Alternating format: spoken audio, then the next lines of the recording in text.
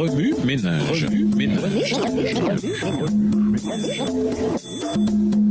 Bienvenue dans votre émission Remue ménage. Nous voilà au jeudi 10 novembre. Un temps pour punir.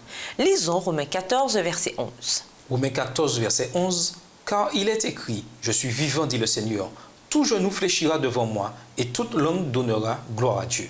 Le sujet du châtiment n'est guère populaire à notre époque. Dieu a-t-il vraiment des attentes au sujet de nos comportements sociaux, sexuels et personnels? Certes, il a désapprouvé ce qui se passait à Sodome et Gomorrhe. Il a aussi désapprouvé que la tribu de Benjamin se lance à la défense de comportements similaires à Gibéa et a permis qu'Israël supporte les conséquences d'avoir laissé les choses aller si mal. Oui, Dieu tient responsables les individus et les communautés de ce qu'ils permettent de se produire. Il punit aussi non seulement des individus et des collectivités pour leur immoralité, mais aussi des nations. Genèse 19, Juge 19 et Juge 20. Pierre nous rappelle que le déluge fut envoyé en tant que jugement pour purifier la terre et que les cieux et la terre d'à présent sont gardés et réservés pour le feu, pour le jour du jugement. 2 Pierre 3. C'est là une bonne nouvelle pour ceux qui ne veulent pas vivre avec les horribles conséquences du péché l'éternité durant. Qu'il est merveilleux de savoir que Dieu a non seulement la puissance, mais aussi la volonté d'amener toute question du bien et du mal en jugement, où tout ce qui est juste et bien sera clair pour l'univers tout entier.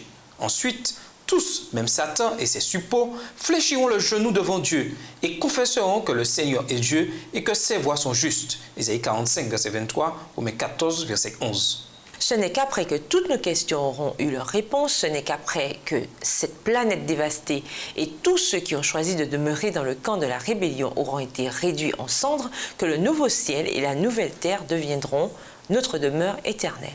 Les amis de Job avaient raison quand ils disaient que Dieu a établi le jugement pour rétablir la paix éternelle. Cependant, ils passèrent à côté d'un point capital.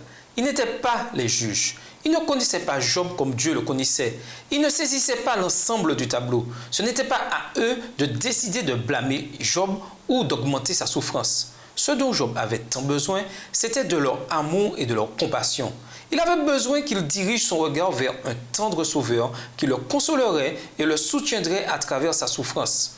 Job avait besoin d'entendre des paroles d'encouragement, de foi et d'espérance. Il avait besoin d'entendre parler d'un Dieu rempli de sagesse, d'amour, d'un Dieu totalement juste dans sa façon de gérer les souffrances et les tragédies causées par le péché. Nous avons tous besoin d'amis comme ça. Remue ménage. Avez-vous des amis qui souffrent en ce moment? Comment partager avec eux l'amour de Dieu? Comment Dieu peut-il s'occuper des mauvaises actions tout en étant juste envers l'univers? Les amis de Job croyaient que Dieu était juste en punissant Job. Cependant, Job souffrait-il vraiment d'un châtiment? Comment expliqueriez-vous les actions de Dieu aux amis de Job? Au revoir. Et à demain si je veux. Remue ménage.